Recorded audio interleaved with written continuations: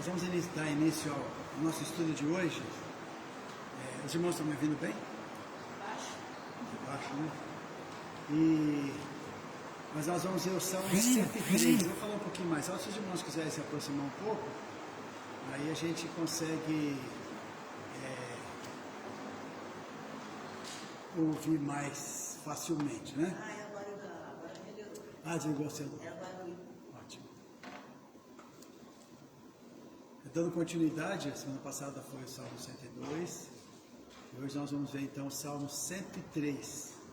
É um salmo bastante conhecido, né? E nós vamos falar um pouco sobre ele, né? A misericórdia de Deus é um salmo também de Davi. Nós vamos ler, vamos iniciar então, primeiramente vamos orar diante do Senhor, colocar nosso estudo de hoje. Senhor nosso Deus e Pai, Deus de amor, de misericórdia, nós a Ti oramos nesta manhã, Senhor Deus, clamando por Tua presença, Senhor Deus, pela Tua inspiração, pelo Espírito Santo, para que possamos realmente, ó Deus bendito, compreender e trazer para a nossa vida, Senhor Deus, aquilo que é prático, aquilo que é bom, aquilo que nos leva adiante. Obrigado, Senhor Deus, por estarmos aqui mais uma vez. Pedimos, Senhor, continue nos guardando com a Tua presença, com o Teu Espírito Santo. Em nome de Jesus que oramos a Ti. Amém.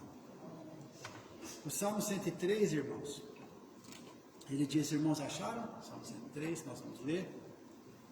A misericórdia de Deus. Salmo de Davi.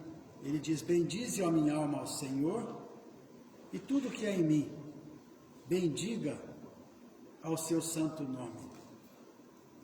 Bendize, ó minha alma, ao Senhor, e não te esqueças de nenhum só de seus benefícios.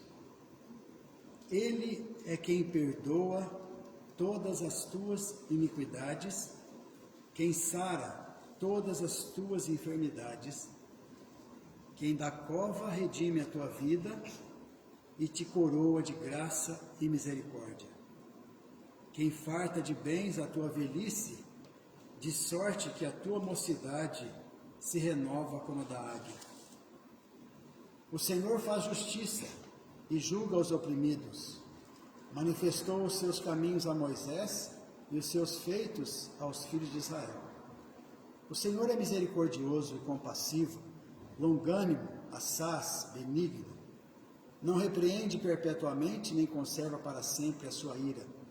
Não nos trata segundo os nossos pecados, nem nos retribui consoante as nossas iniquidades. Pois quanto o céu se alteia acima da terra, assim é grande a sua misericórdia para com os que o temem. Quanto dista o oriente do ocidente, assim afasta de nós as nossas transgressões. Como um pai que se compadece de seus filhos, assim o Senhor se compadece dos que o temem.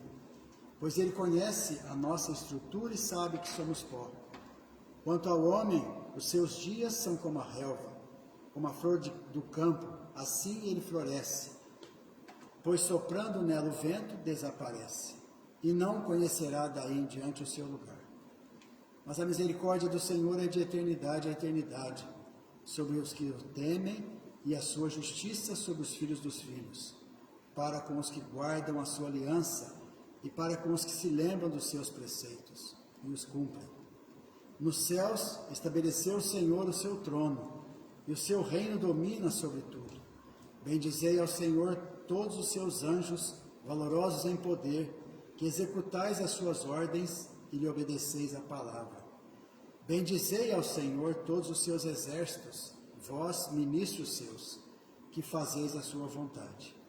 Bendizei ao Senhor vós todas as suas obras, em todos os lugares do seu domínio. Bendize, ó minha alma, ao Senhor. É um salmo bastante conhecido, né? Ele é quase um hino de louvor, e o Salmo 103, porque é um salmo, quando nós olhamos o contexto desse salmo, ou as palavras dele escritas, nós percebemos que não há choro, não há contenda, não há, como que nós diríamos, não há nenhuma lamúria ou murmuração de Davi. Esse é um salmo realmente exaltando os benefícios que ele recebe da parte de Deus. E quando nós olhamos o contexto desse salmo, quando ele diz: bendize a minha alma ao Senhor e tudo que há em mim, bendiga ao seu santo nome, o salmista está dizendo a ele mesmo, é como se ele tivesse, ele está ali buscando fazer com que seu espírito possa exaltar e louvar o nome do Senhor. Ele está falando para ele mesmo: bendize, ó minha alma, ao Senhor. Acho isso é muito importante, porque muitas vezes nosso espírito está abatido, muitas vezes nós estamos desanimados. Os dias atuais, talvez os dias lá também fossem muito difíceis, porque eu acho que a gente não acha no contexto da história, nem da história atual, nem da história anterior, passada, se houve tempos bons. Aparentemente não houve, mas hoje também não há tempo bom. Hoje nós estamos enfrentando todo tipo de situação que muitas vezes deixa a gente abatido. Então o salmista, ele busca, e é interessante, irmãos, que quando nós olhamos esse texto, a gente olha Davi tendo uma experiência singular com Deus. Mas não é uma experiência, não. Na verdade, é uma somatória de realidade na vida do salmista, que ele consegue externar a Deus louvor, adoração, render a Deus tributos, a partir do seu próprio espírito. Porque ele diz: minha alma, bendize ao Senhor e tudo que há em mim. O que há em mim? Tudo. Minha mente, as minhas emoções, o meu espírito que está em mim, o Espírito Santo de Deus que está em nós. Tudo isso deve bendizer, louvar, glorificar a Deus. E o salmista está falando isso para ele mesmo. Mas nós também hoje seria importante, é importante que a gente também possa buscar ter sentimentos que eleve a nossa condição, muitas vezes caída, para uma condição de uma pessoa que está diante de Deus submisso, temente, olhando a Deus, não olhando somente a situação, não olhando os problemas, as dificuldades, mas tratando da sua própria alma. Aqui é como... Amém, irmão? Passa. Aqui é o salmista tratando da sua própria alma. Na alma estão as nossas emoções. No espírito está algo centrado, onde o Espírito Santo de Deus vem habitar em nós. Onde? No nosso espírito. De lá ele começa a trabalhar na nossa vida. De lá ele começa a trabalhar, a pessoa de Deus vem trabalhar na nossa vida através do Espírito. Quando recebemos o Espírito Santo de Deus dentro de nós, ele começa a fazer um trabalho na nossa vida. E a nossa alma, que é uma parte do nosso corpo, é onde estão as nossas emoções, onde estão os nossos sentimentos. E aí é onde o salmista fala assim: bendize, ó minha alma, ou seja, louve, ó minha alma, a Deus. Tudo que há em mim deve louvar a Deus e não se esquecer de nenhum dos seus benefícios. Olha que interessante. Não se esqueça de nenhum dos seus benefícios. Então, quando nós olhamos hoje, no contexto desse salmo, nós vemos que o salmista, a primeira coisa que ele procura fazer é avivar. Em primeiro lugar, ele procura avivar o seu interior, a sua alma. Em primeiro lugar, o seu próprio espírito, para oferecer louvores e ações de graças a Deus. E depois isso acaba contaminando os outros, ou contagiando os outros. A gente encontra a irmã Rita, por exemplo, que está sempre buscando o Senhor em oração, compartilhar suas experiências. O que acontece? Ela também consegue motivar a nós, ela consegue motivar a outros. Então cada um de nós, quando nós estamos na nossa situação diante de Deus, tendo nós uma experiência com Deus, porque aqui nós estamos olhando uma pessoa que tem uma experiência com Deus, E é interessante, irmãos, que quando nós olhamos esse salmo, nós vemos que ele tem tanta coisa a dizer de Deus, a falar de Deus, por sua comunhão com Deus, e Cristo ainda não tinha vindo. Olha como é grandioso isso, ter tanta experiência, ter tanto temor ao Senhor, ter tanto amor ao Senhor, considerar tantos caminhos, os seus caminhos diante do Senhor, mesmo ainda não ter Cristo vindo. Nós temos o privilégio, quando nós olhamos a palavra de Deus, nós temos o privilégio de, a partir de Malaquias, a partir de entrando em Mateus, nós estamos vendo aqui o Senhor Jesus, o cumprimento das profecias, das promessas de Deus, o Senhor vindo, o Emanuel, Deus conosco, a obra do Senhor Jesus Cristo na cruz do Calvário, a descida do Espírito Santo no Pentecostes. Quanta coisa maravilhosa nós vemos, nós temos oportunidade na nossa vida de ver, de sentir. O apóstolo Paulo, com as suas, se não me engano, são 9 cartas, pastor Zacarias? O apóstolo Paulo, com as suas cartas, acho que são 9 livros, né? Se não estou enganado, mas são vários livros do apóstolo Paulo. Tudo isso já existe no nosso período, no nosso tempo, mas não existia no tempo de Davi. Não existia no tempo de Davi. E é interessante, irmãos, que eu vejo assim, dentro dessa busca interior que Davi faz, para que ele possa avivar o seu espírito, avivar a sua alma, a partir do seu espírito, poder louvar a Deus. A primeira coisa que Davi sente como benefício de Deus, 13 cartas. As 13 cartas do apóstolo Paulo, nós temos hoje, ensinando as igrejas e traduzindo isso para cada um de nós. Mas nós vemos aqui que ele, a primeira coisa, o primeiro atributo ali que Davi ressalta e exalta naquele momento, nesse salmo, é o perdão. Olha que coisa interessante. Irmãos, tudo na nossa vida, não adianta nós pensarmos de maneira diferente do que a palavra nos diz. Tudo em nossa vida inicia com o perdão. Não adianta buscarmos coisas. Deus é um Deus longânimo. Quantas vezes eu agradeço a Deus por Ele ser longânimo? Eu falo, Senhor, estou aqui ainda. Ou aquele texto que eu admiro muito do próprio Davi, quando ele foi chamado para, quando ele quis fazer lá o tabernáculo, né? E o Senhor havia deixado o tabernáculo para Salomão, seu filho, mas ele pôde doar tantas coisas. Ele fala que das mãos de Deus ele doava aquilo para fazer o tabernáculo, e ele, com o coração resignado, ele diz assim: Senhor, ele estava grato, não seria ele que iria construir o templo, mas ele estava grato. Ele diz: porque até aqui o Senhor me trouxe, a ponto de ter feito tanto pelo povo de Israel, e ali agora estava sendo planejada a construção do templo.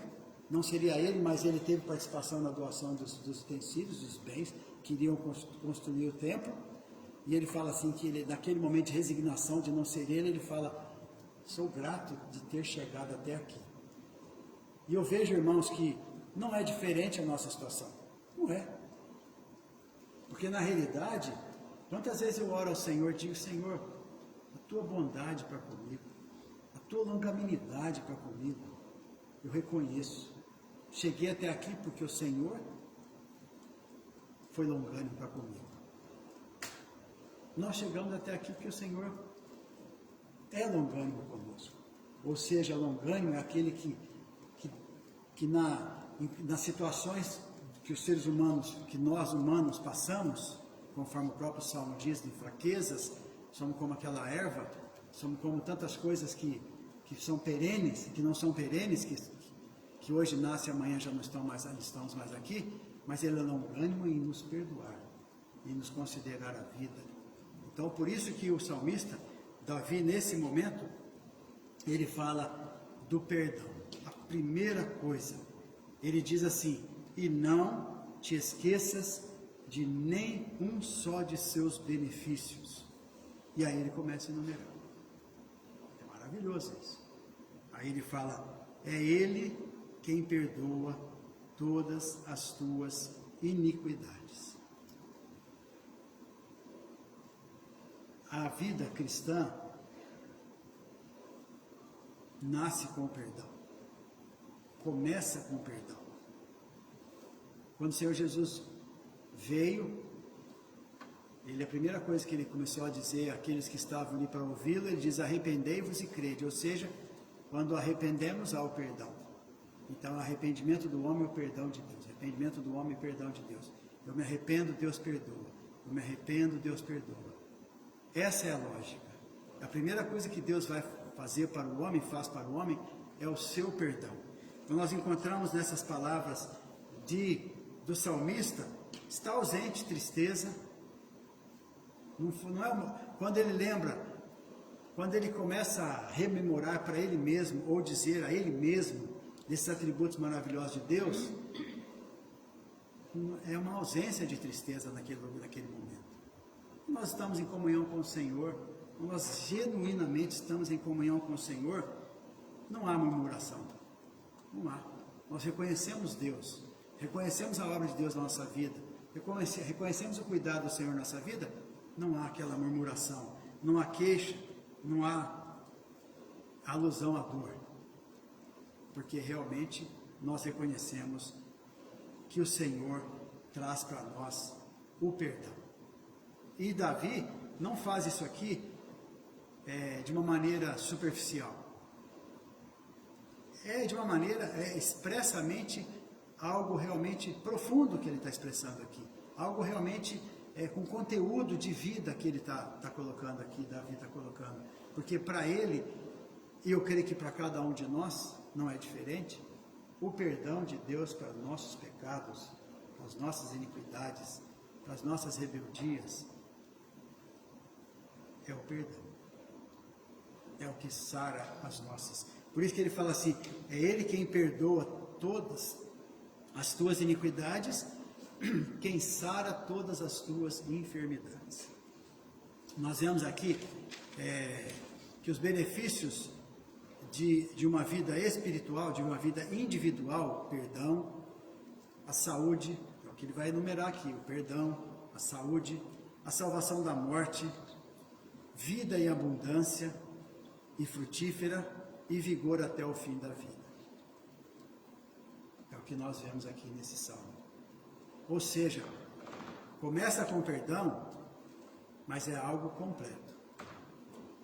Deus não só inicia na nossa vida com o perdão e para por aí pelo perdão, não. Ele sabe que nós precisamos da presença dele continuamente conosco, para que nós possamos ter vigor até o fim da vida, até o final da nossa vida.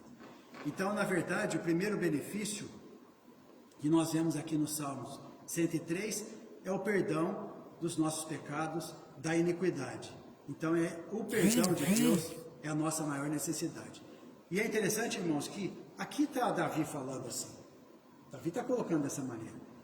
Mas também nós vemos lá em Êxodo 34, se os irmãos quiserem acompanhar, Êxodo 34.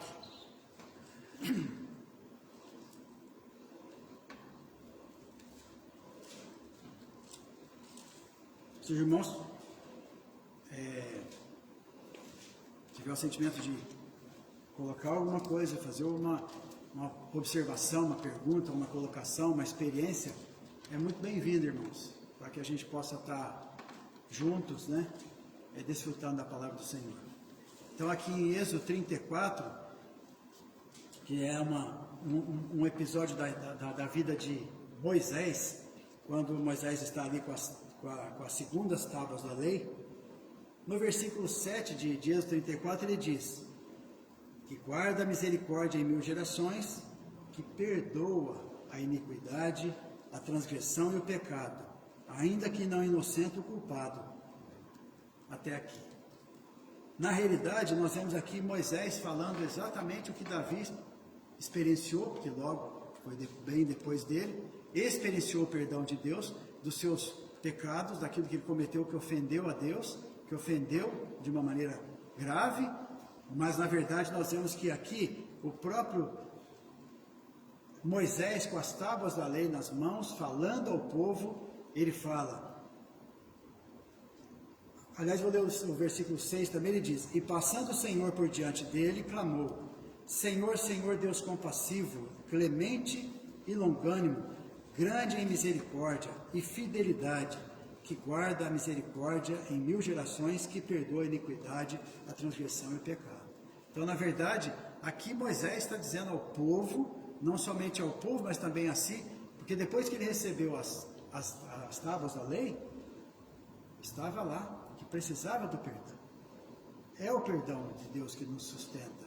Por isso que Moisés aqui também está pedindo, está falando sobre o perdão que Deus daria ao povo, um povo que houvesse mediante o arrependimento. É isso que é importante também, porque muitas vezes as pessoas acham que elas não precisam nem se arrepender, ou que nem precisam de perdão, ou que não precisam de nada, porque elas não, para elas, no entendimento delas, elas não fazem nada de errado. Mas a palavra de Deus mostra-nos claramente, todos nós, o pecado veio de uma maneira universal. O afastamento de Deus veio de uma maneira universal. Adão não teve vamos dizer assim, o sofrimento de ter o pecado ter consequências somente para ele, na vida dele e na vida da família dele. A consequência do pecado de Adão foi universal, para todos. Todos pecaram e carecem da misericórdia de Deus, do perdão de Deus. Então, na verdade, nós vemos aqui Moisés falando claramente sobre isso, que perdoa a iniquidade, a transgressão e o pecado, ainda que não inocente o culpado. Aqui realmente já faz uma alusão de que nós precisaríamos realmente do perdão de Deus e através do Senhor Jesus Cristo, porque não adianta acharmos que Deus simplesmente vai nos inocentar. Mas foi Adão quem pecou. A culpa é Adão. O pecado entrou através dele. Então os outros estão inocentados. Não. Pois não, irmã. Quando eu leio isso que o senhor está lendo agora, que Deus perdoa, né? A quarta geração, né? Deus castiga até a terceira e quarta geração e abençoa até 1000 gerações.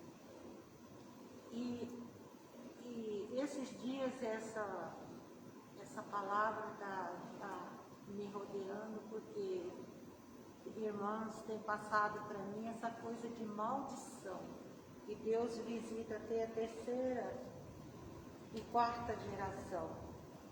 Eu queria que o senhor falasse um pouquinho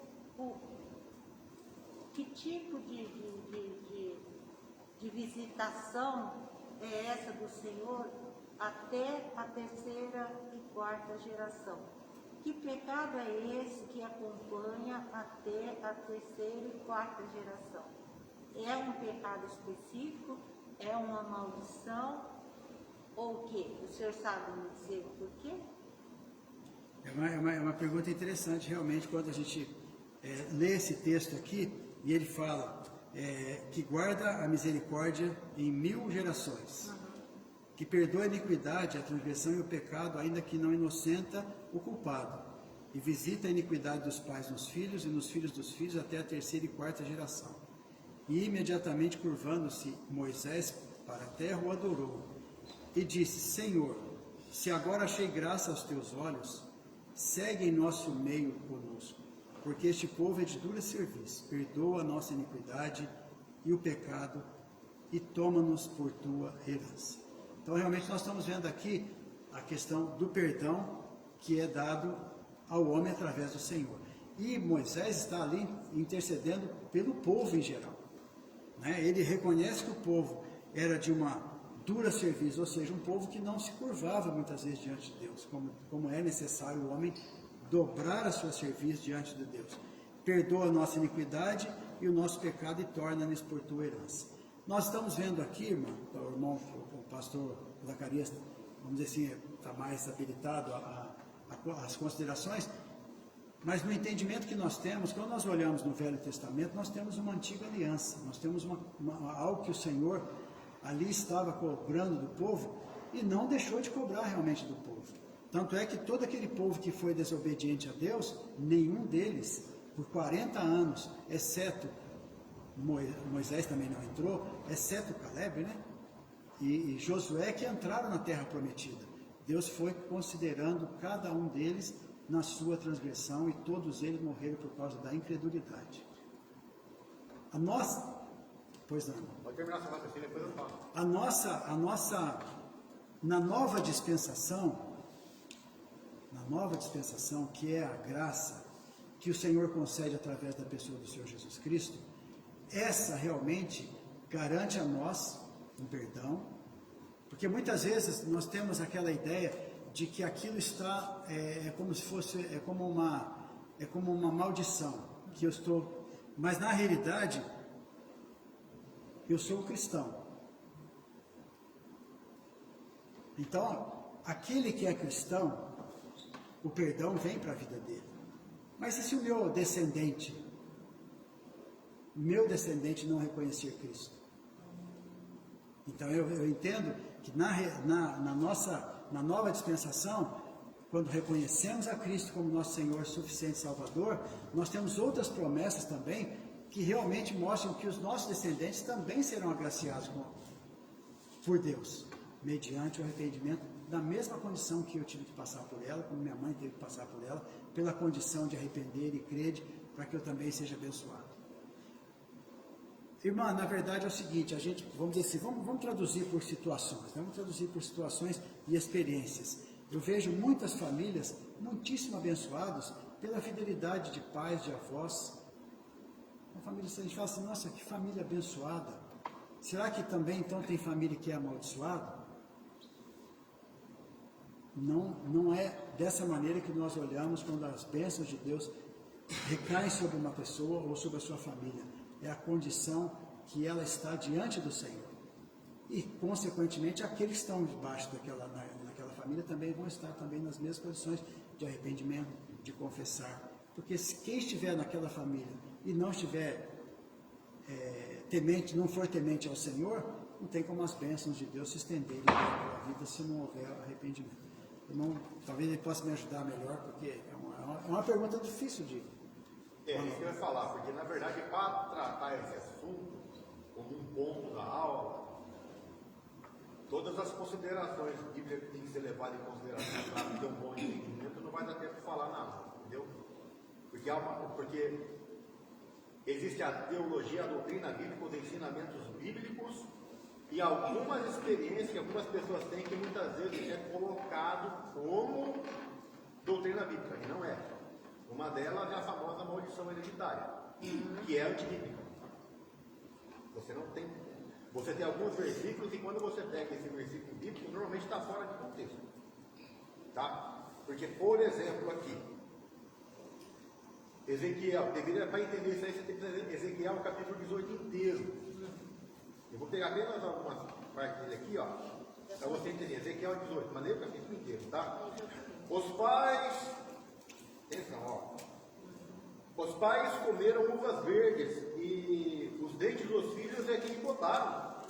Tão certo como eu vivo, diz o Senhor Deus, jamais direis esse provérbio em Israel. Eis que toda alma são minha, como a alma do pai, também a alma do filho. A alma que pecar, essa morrerá. Sendo, pois, o homem justo, fazendo juízo e justiça, não comendo carne sacrificada nos altares, nem levantando os olhos para os ídolos da casa de Israel, nem contaminando com mulher no seu próximo, nem se chegando a mulher na menstruação, não oprimindo a ninguém, tomando ao devedor a coisa penhorada, não roubando, não dando o seu pão ao faminto, e cobrindo ao nu, não tendo medo. Ou seja, ele fala uma sequência: certamente viverás, diz o Senhor, se gerar um filho ladrão. Se gerar um filho ladrão, que derrama sangue, não viverá. Toda vez que fez será morto. Ou seja, você vive para aquilo que você pratica ter as consequências dos seus atos. Cada um, Paulo fala em cada um, dará conta de Deus aquilo que fez através do corpo. Então o seu pecado, a consequência é sua. Se o seu filho não te segue, a sua filha não te segue, ou um irmão não te segue, a culpa não é tua. A culpa é de quem? Porque houve orientação, porque há a possibilidade de não querer seguir a Deus.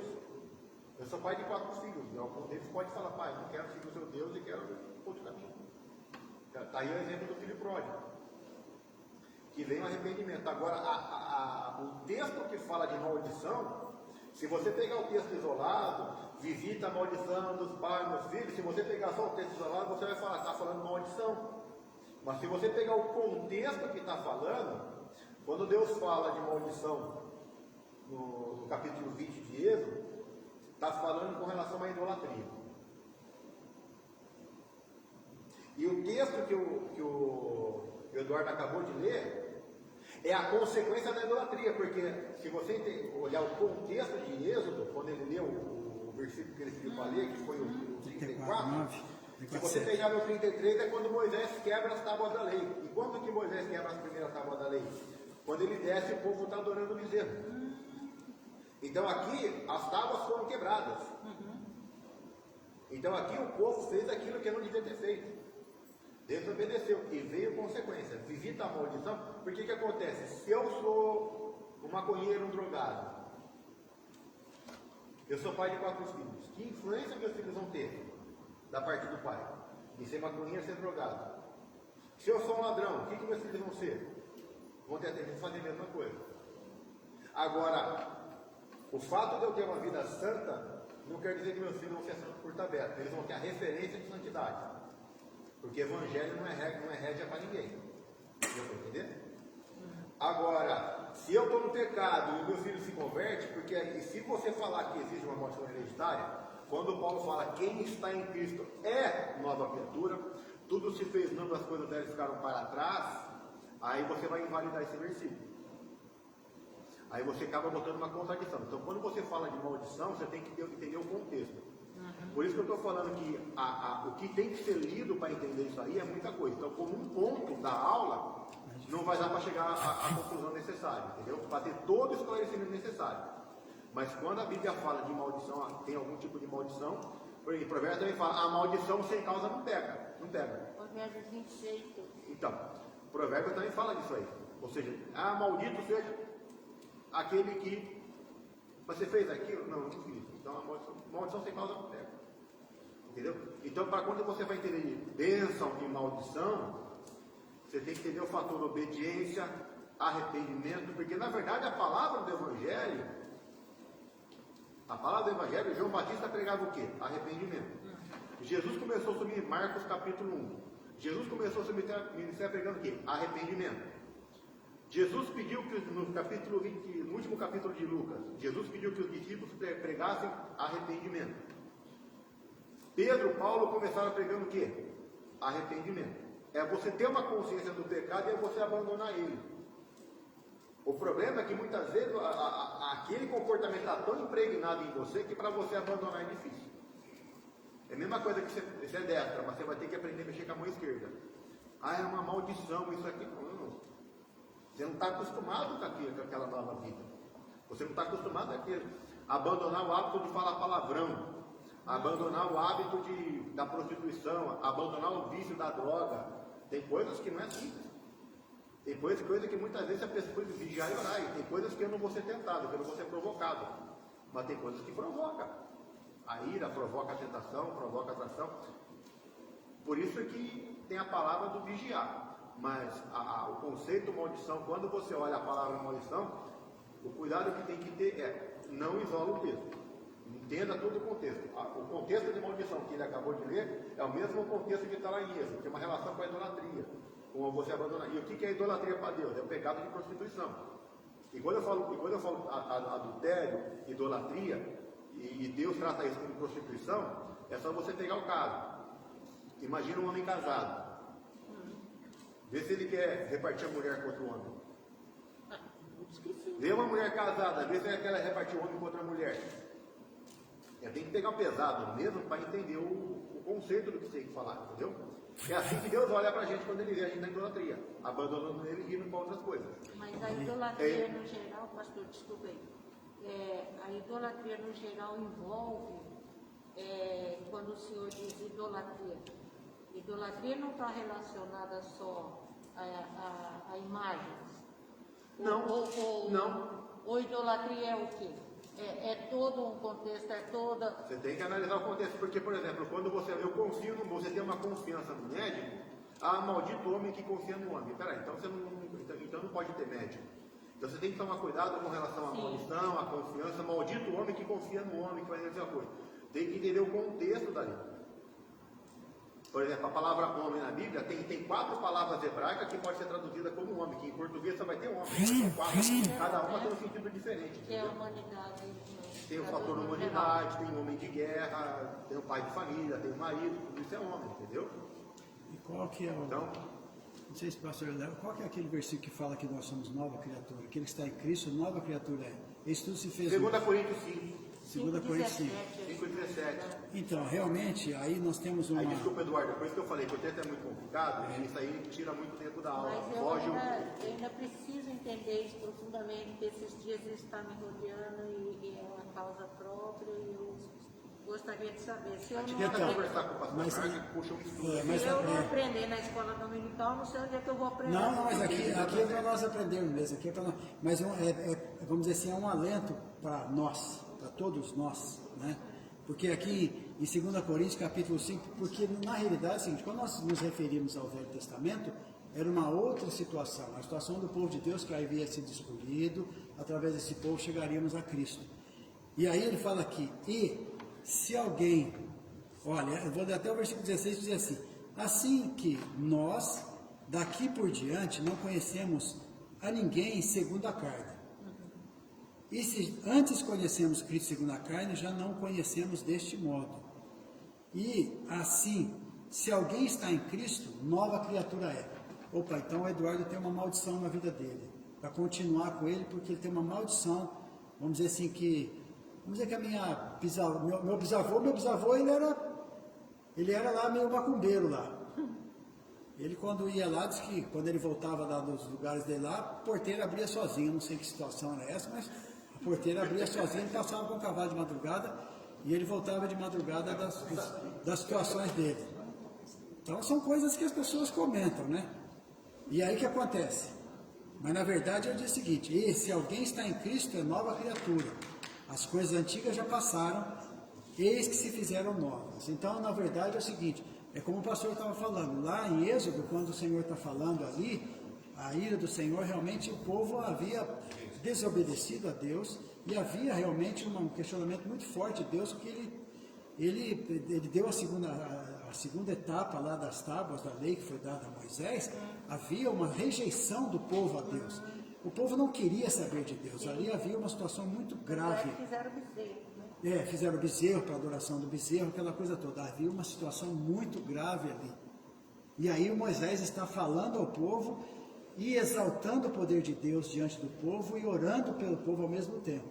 Mas aí ele fala, olha, o Senhor vai abençoar aqueles que obedecerem por 1000 gerações, mas aqueles que forem desobedientes ou amaldiçoados, vá até a 3ª e 4ª geração. Mas na realidade é o seguinte, nós estamos dentro de um contexto, e a Bíblia são vários contextos dentro da palavra de Deus, que nós vamos olhar situações. Mas vamos dizer assim, que nós não consigamos explicar exatamente como que o Senhor revela essa situação, ou talvez o pastor Marco Antônio, deu uma direção um pouco mais clara do que a minha. Mas vamos dizer assim, eu fico bastante com essa situação, de que as coisas antigas já passaram. Eu posso ter sido um alcoólatra na minha vida. E aí a maldição, puxa, ele é um alcoólatra, o filho também vai ser alcoólatra. É uma maldição, é um vício que está na família. Ele drogado, o filho também vai ser drogado, é um vício da família. Mas ele fala que as coisas antigas já passaram, eis que se fizeram novas. Meu esposo fumava e gostava de beber também, né? Eu frequento aqui, acho que é 25, 26 anos. É a única igreja minha aqui. Na época em que ele ficou com câncer e faleceu, eu estava aqui. E depois que ele morreu, hoje em dia, o meu filho falava assim, eu bebo, eu fumo porque meu pai me ensinou. E aí vem essa palavra, até a 3ª e 4ª geração. Então tem um povo de Deus assim muito firme no Senhor que realmente acredita que se meu esposo bebia e se meu filho bebe é porque ele bebia, se ele fuma é porque meu esposo fumava. Então as pessoas vêm e dizem, você tem que fazer quebra de maldição. E eu estou com isso porque isso está me rodeando e eu gostaria de entender. Mas então A quebra de maldição, você não vai achar você não tem uma base bíblica para afirmar isso. Se você está em Cristo, você é uma nova criatura. Então, se você aceitou Jesus, mas ainda continua com a maldição, então eu estou falando, a heresia por trás é que você bota limite ao sangue de Cristo. Pastor, dá licença. Você acaba limitando aquilo que o sangue de Não Cristo sou faz. eu, mas Eu estou entendendo. quem descende de mim. Vamos supor, meu filho, minha filha, que se converteram, que o senhor... Por isso que a Bíblia, quando fala, o texto fala, é que eu já acabei com a sua aula, Eduardo. Não, imagina. Pois a irmã vai falar também. Mas perdoa. Porque se você for analisar, o próprio Salmo 103, é um salmo que eu gosto muito dele, porque a Bíblia diz, primeira coisa, o Senhor conhece a nossa estrutura e sabe que somos pó. Primeira coisa, o Senhor conhece a sua debilidade. O Senhor conhece a sua fraqueza. O Senhor conhece a sua limitação. Ele sabe o que você aguenta e o que você não aguenta. Sim. Mas quando você fala, fala de pecado e fala de iniquidade. Qual que é a diferença entre um outro? Iniquidade é um pecado assim, cometido. Tem uma diferença entre pecado e iniquidade. Pecado, quando você olha no Velho Testamento, você tem que entender o pecado como errar o alvo. Errar o alvo. Eu tenho um alvo. Eu erro o alvo. Você fez alguma coisa, você errou. Errou. E a iniquidade é o quê? A iniquidade é a insistência no erro. Então, é você se sentir confortável no pecado. Você não quer largar ele. Entendi. Agora, a palavra de Deus, ela traz luz, traz esclarecimento. O Espírito Santo convence o homem do pecado, da justiça. E a palavra convencer não quer dizer que Deus vai forçar você a ficar. Ele vai te mostrar, a palavra convencer, ela pode ser traduzida também como condenação. Está vendo que está errado? Agora eu estou enxergando que está errado. O convencer muitas vezes é provar o erro. É provar que matar é errado, é provar que roubar é errado, é provar que adulterar é errado. É isso, o convencer do pecado é a prova do erro. Entendeu? Entendi. Agora o que acontece? A palavra é pregada. Agora, tem aquele que já passou por algumas situações que vai ter o coração cauterizado ou endurecido. Uhum. Mas como que você vence isso? Se você pegar no livro Heróis da Fé, você vê que George Miller teve pessoas que ele orou a vida toda para ter a conversão da pessoa, a pessoa não se convertia. Mas ele não deixava de orar para aquela pessoa. E quando que a pessoa se converteu? No sepultamento do George Miller. No ofício fúnebre que fizeram, foi ali que a pessoa se converteu. Entendeu? Então, porque o que acontece? Se eu convivi muito tempo no pecado, imagina aquela pessoa que foi viciada no álcool.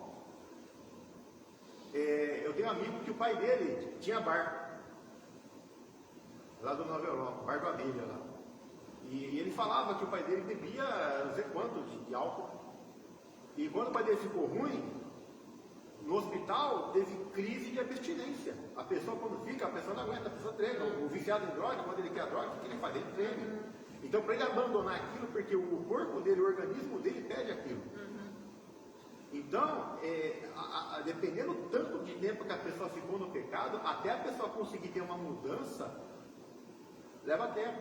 Você é destra, você perde a mão direita, você vai começar a escrever com a esquerda. Mas você nunca usou aquilo. Então, para você ter uma mudança de hábito, uma mudança de comportamento, leva tempo. Então, tem muitas vezes que há uma diferença entre a pessoa ser genuinamente convertida.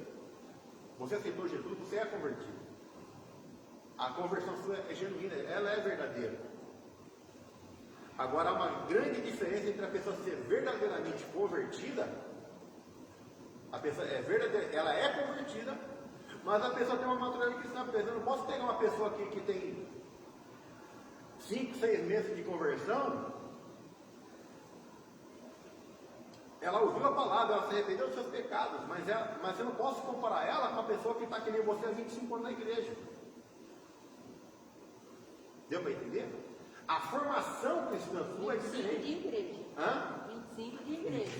25 de quem está aqui na igreja. Aqui, acho que uns 36 de convertidos. 36 anos, então vai ter pessoas. Hã? Não é. Não é. Mas é que acaba entrando no assunto que ela falou que teve a dificuldade dela, entendeu? Para entender o assunto. Por isso que eu falei, é um ponto que se for tratar, como ponto na aula, é muita coisa para você tratar, entendeu? Você não consegue falar em 5 minutinhos, dar uma palavra que esclarece tudo. Por isso que eu ainda falei, é um assunto que se for tratar, leva muito tempo. Eu não consigo falar em 10 minutos. Todo o ensinamento da Bíblia se foca muito em pecado, iniquidade, mas não traz a raiz, entendeu? O fundamento daquilo não traz a raiz, então fica com uma coisa supérflua. E que às vezes está incomodando gente séria no Senhor. Sim. Sobre esse tipo de coisa que eu perguntei para o Senhor. Porque são gente... Então, mas são situações, muitas vezes são situações que a Firme gente no se Senhor que depara. insiste nessa coisa de terceira e quarta geração. É isso Mas- que eu ia falar, porque Mas- os outros falam que herda lá de trás, o Senhor, avô, foi tudo. Só que assim, eu tive o exemplo do Caio. O pai do Caio foi um ladrão, a mãe dele foi uma drogada. Ele não pegou o exemplo dele, e aí, ele não tem ensinado, o Senhor, não herda, sabe? Eu, quando estava com o mundão, eu não podia abrir a boca dessa pessoa que pegava. Entendeu? Só que Deus me curou, né? Da primeira semana que eu estive na presença do Senhor, eu já aceitei, já mudei tudo. Eu não aceito palavrão na casa, sendo que eu falava, eu vi o centro do espelho, o Senhor me encontrou lá dentro. Então, meu avô era assim, ele bebia e entrava a cavalo dentro de casa da minha avó. E minha avó não herdou isso dele. Minha avó criou mais muito bem. Então não vem para entrar em maldição, depende do Porque, Dudu, deixa eu fazer um pedido aqui. Eu até converso com o pastor Marco. Como o assunto é muito atual, eu vou pedir para você dar aula de novo domingo que vem. Essa mesma aula. Você vai estar ocupado domingo que vem? Não, pode ser. Eu vou pedir para você dar aula domingo que vem. Porque o que acontece? Eu tenho que, a gente, como cristão e como pastor, a gente tem que entender também a necessidade do rebanho, entendeu? Eu acho que ela manifestou a dúvida, Porque e é a dúvida de muita gente. eu creio que não é só dela dúvida, entendeu? Por isso que eu acho, mas por isso que eu falei, porque é coisa que não dá para falar em pouco tempo. Então o que acontece? Eu vou pedir paciência para os irmãos, tá? Eu não vou estar, né, pastor? Não me achando. Tá, mas me perdoa. Mas vai estar sendo transmitido e vai ficar gravada a aula, tá? Então eu vou pedir para o Eduardo, para conseguir dar aula, eu vou pedir para você dar a mesma aula do ano que vem. Você não conseguiu dar aula, entendeu? Vou pedir para você dar a mesma aula. Você pode estar aqui no ano que vem? Posso? Então você dá aula do ano que vem. E com relação a essa questão de maldição hereditária, esse tipo de questionamento, eu converso com o pastor Marco e te marco uma oportunidade para ter uma aula específica para tratar desse assunto. Que talvez nem fique numa aula só, talvez precise ter até duas. Eu Entendeu? gostaria. Porque esse é um ponto que você vai confrontar com muita experiência. Porque tem pessoas que passaram por uma experiência de cura e libertação que falam, não funciona. Se funcionou para você, mas você não tem uma base bíblica para falar aqui. Se a Bíblia não diz com clareza, eu não afirmo com certeza. Eu, como pastor, a espada que Deus me dá para usar é a Bíblia. Não é um livro disso ou um livro daquilo, entendeu? O livro disso, o livro daquilo me orienta com muita coisa. Mas entre jogar um livro de maldição hereditária, coisa do tipo, jogar a Bíblia no lixo, o que você joga? A mesma coisa que perguntar para o Mormon. Você joga o livro de Moron ou você joga a Bíblia no lixo? Você joga a Bíblia no lixo. Então depende do que você quer. A palavra de Deus é a espada que a gente usa. Então eu tenho que ter um bom entendimento dela. Tá? Não, imagina. falar. É importante realmente a gente. Eu O não assunto, posso falar. o assunto é importante, a gente está vendo. Então, mas na realidade é o seguinte. Estou suspenso da próxima aula. Não, Eu que causei, né? Você está certinha, tá? Fique em paz. Uma coisa eu digo para todo mundo. Eu não me canso de querer saber da Bíblia com firmeza para eu aquietar meu coração, porque essa história está me aquietando, me incomodando e eu quero saber. Sim, e é importante, porque a gente tem que estar diante do Senhor, claro, né? Importar claro, precisa ter mais. E eu entendo, irmão Eduardo, que não é em mim, mas sim no meu descendente que a coisa está acontecendo. Então eu quero saber se o que diz na realidade, vindo da Bíblia, é assim. E sei também que quando a pessoa se converte, tudo é quebrado. Isso eu sei. Tudo é quebrado. Mas eu quero saber com certeza na Bíblia se realmente, que nem a Rita falou, a outra, ela acompanha até hoje. Então nós vemos então, irmão, hoje nós tivemos a oportunidade de ver esse primeiro item, a gente ia entrar um pouquinho mais, mas já no nosso horário, mas na realidade é o seguinte, o primeiro e o mais importante benefício de Deus para o pecador, o perdão. Sem a bênção do perdão, não haverá como usufruir de nenhum outro benefício. Não adianta a pessoa falar assim, mas puxa, eu vejo tantas pessoas que são prósperas no seu caminho, eu quero também. Eu queria ser uma pessoa que tem paz no meu coração, eu queria também. Eu vejo pessoas que têm... Uma vez tem um cidadão que foi num grupo evangélico de piquenique, e chegou lá e falou, gente, mas vocês com essa alegria toda, eu não entendo, como é que vocês têm tanta alegria, vocês não estão fumando, ninguém está bebendo, ninguém está jogando, e eu estou aqui nesse inferno dentro de mim, aqui dentro, eu não consigo... Por que está acontecendo com vocês? Então não tem como usufruir dessa paz, da alegria, das bênçãos, e até primeiramente aquelas que são espirituais, não é?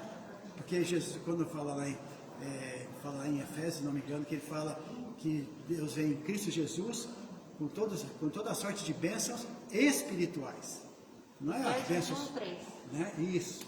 Por quê? Porque na verdade as bênçãos espirituais é aquela que Jesus veio e falou para os discípulos dele, eu dou a minha paz, eu vim para que vocês tenham vida abundante, em abundância, a alegria do Senhor é a nossa força, coisas espirituais, mas não tem como usufruir das coisas espirituais se primeiro não acontece o primeiro ato do nosso arrependimento mediante o perdão de Deus, e aí vem o perdão de Deus para que as outras coisas possam fazer parte da nossa vida, né?